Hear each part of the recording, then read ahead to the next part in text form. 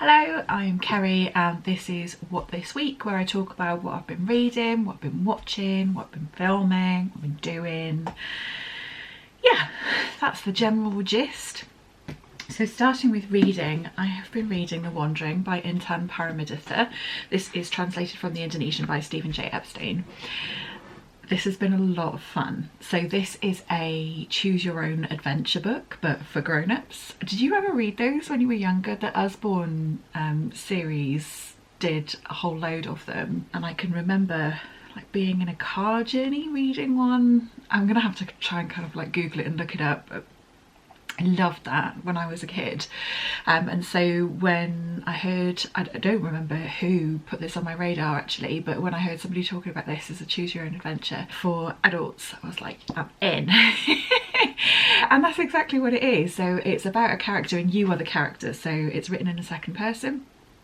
So I don't know what their name is, and they are in a kind of like casual sexual relationship with the devil, and the devil offers them, they're feeling a bit kind of stuck and a bit bored, and so the devil's like, well, I can offer you this deal, I can give you these red shoes that will help you travel the world, but if you take them then you'll never feel a sense of home, and you'll be kind of cursed to wandering. So that's the premise. And then yeah, you get at the end of certain chapters you get a choice, like, do you want to do this or do you want to do that? And if it's, you know, if you want to do this, you turn to page 200. If you want to do that, you turn to page 205, and on you go. So this book is also kind of interspersed with like fable-like stories, so the idea is that you collect those, and there's a place in the back where you can make a note of all of the stories that you found, presumably so that you can go back and find the others that you've missed if you want to go on a different journey. I've been reading this for a reading blog, so I won't say too much. I have mixed thoughts about it. The experience of reliving that nostalgia of reading a choose your own adventure book, you know, that's been absolutely nailed, but and there were some other really great things about this, but I also had some issues with it. But if you want to know any more, then go and watch the vlog when that's aired. I'm almost finished with it, so by the time it's edited and stuff, it might be this Saturday, it might be next week, but it's coming. So that's been The Wandering, which is what I've been reading. I've also started reading The Scarlet Letter by Nathaniel Hawthorne. Isn't this a gorgeous cover? Weirdly, this isn't a cover that I was able to find on Goodreads, annoyingly, but in this edition I think it must be fairly new. It's a Wordsworth classic, and I think they had another version that had a picture of a woman in a black hood. Anyway, I digress. This is a classic. Completely unintentionally, but very happily, I seem to be taking part in Victober. So Victober is a readathon in October where Katie at Books and Things encourages us to read Victorian literature. I wouldn't have said that was my jam, but I am also still reading The Moonstone by Wilkie Collins, which is a kind of mystery about an exotic stone. This is Victorian. This was written by a Victorian but is set earlier, so it's a piece of historical fiction but written in Victorian times. And I've also read Turnglass, which is a modern book, I think was released last year, but part of that was set in Victorian era too. So kind of accidentally I'm taking part. Let me know if you're joining in with Victober. Maybe next year I should be a bit more deliberate about it, but yeah, so yes, I've started reading The Scarlet Letter. This is for one of the book clubs that I go to, and they have suggested that we read The Scarlet Letter, hold please, or Hester, which is a modern retelling, or both. And so as you can see, I have both and plan to read them both. Oh, don't they look lovely? The roses together. I assume there's some significance of roses. Yeah, so that's where I'm at. It's a very quick read. I'm about halfway through The Scarlet Letter. I only started this today, and then I'll be on to Hester. So those are broadly reading plans. In terms of what I've been listening to, I listened to Grit by Angela Duckworth, which I actually have a copy of. I don't have it to hand. It's one of the books that's been on my TBR for the longest time. I used to read an awful lot more of that sort of psychology, self-helpy kind of stuff, and still have quite a lot of books of that ilk that I haven't read, and so I would like to get to them or let them go and decide if they're still part of my reading tastes or not. But yeah, I read Grit by Angela Duckworth, which I mostly listened to on audio.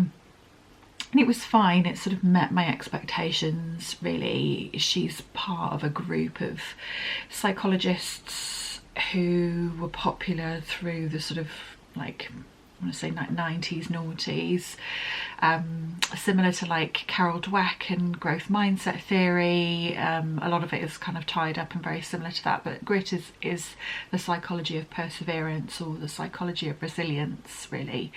It was quite interesting and made some good points. Well, as you can see, I'm not raving about it, but it was fine. Yeah, so that's what I've been reading and listening to. In terms of what I've been watching, we went to see The Joker Folie à Deux last week in the cinema. Anyone been to see it? It wasn't what I was expecting at all. I wasn't expecting it to be so musical, which I'm not mad at, but but it kind of got in the way of it. I was kind of wishing those bits away, and it was a bit dull. The most interesting thing happened in the last 30 seconds. Oh, well, yeah, we weren't hugely impressed. But the cool thing was we went to a Cineworld to watch it, and they have one of these new screens where it comes along the side of the walls as well. So you've got the main screen in front of you, it extends to the walls next to you, and that was kind of cool. So you're watching the screen, but there is also stuff happening in your peripheral vision. It was really cool. We would go and do that again. The other thing that we watched, and I didn't tell you about this last week, and I'd meant to, because we watched it whilst we were on holiday. So we went on holiday to like it wasn't Airbnb, but a similar sort of thing. We rented a house for a few days, and there wasn't a huge amount in the way of like entertainment and technology, which is fine. You know, we're grown-ups, we can entertain ourselves. But they did have a DVD player, and I was like, oh, I've still got a couple of DVDs knocking about somewhere on a shelf. So raided those, and I have G.I. Jane on DVD, which I would have said was my favourite film, or one of my favourite films. Having not watched it for quite a long time until recently. Yeah, I just remember it being really like kick-ass and feminist and cool. Demi Moore's like totally badass in it. Yeah, and I would have said it was a favourite film. So we took the DVD, and the reason I kept the DVD is that I'd never seen it on any of the streaming sites. Like, you don't come across it on Netflix or Amazon Prime or, you know, so on. So I kept the DVD so that I would still be able to watch the film. Never had for such a long time until we had this opportunity when we were going on holiday. They had a DVD player. Right, great, I'll take it. The reason I think that it is not on those streaming sites is because it's hugely homophobic. It's so interesting, isn't it, when you look back on things with a different lens just through the passing of time. Oh, I was gutted. Please could somebody out there remake G.I. Jane, because there's so much that's good about it, but without the homophobia. That would be so great. I'm just putting that out there into the universe. Please make that happen. And the last thing that I guess I will tell you about, because this is how exciting my life is today I visited a local library of things for the first time. So we've got one in Monmouth, which is about 20-30 minutes up the road from us. It's a council run kind of like project where they have a library of things. So instead of books, they've got like, you can borrow a lawnmower, or you can borrow a hedge trimmer, or you can borrow an ice cream maker. They had somebody was picking up a load of chairs when I went. So it's for your sort of big ticket items that you might not want to buy yourself, like a carpet cleaner, but you might want use of every now and again. You pay a deposit and a bit of a fee, and you can borrow these things for a week or 2 weeks. So we have borrowed a thermal camera, which I have to say my partner is much more excited about than I am. But the plan is to use this to see if we've got any kind of like drafty leaks in the house that's letting out kind of heat, and plug them if we can for energy efficiency. So that's going to be us tonight really, isn't it? Standing outside looking at where there's heat flying out of our window. So yeah, the idea is that you kind of like point at your house, there's lots of heat showing coming out of a certain window, or a crack in a roof or something like that, then you might want to look at insulating or replacing window or whatever. I know, we are so rock and roll. Yeah, so that's been it. The other highlight of my week actually, which I haven't told you about, is that I got to see the Northern Lights. I was so chuffed. Give me books, Joanna at Give Me Books. Somebody that I'm in a read along with on Instagram shared a link to a broadcast channel on Facebook. Perhaps I'll link it actually in the description, where this chap shares information about any up and coming solar storms, so that you know when to go out and look at the Northern Lights. That happened one evening this week, and yeah, like out of my front window and out from the garden, I couldn't see very well with the naked eye, but when you took a picture it captured them absolutely beautifully. I was so pleased. Perhaps I'll put a picture here so that you can see what we got.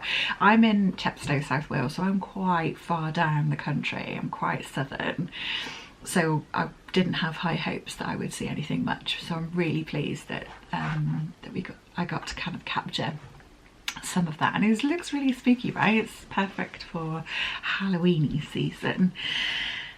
Yeah, so that's been my week. How about you? How are you doing? If you've been kind enough to watch this video, please drop an emoji of a camera so that I know that you are here.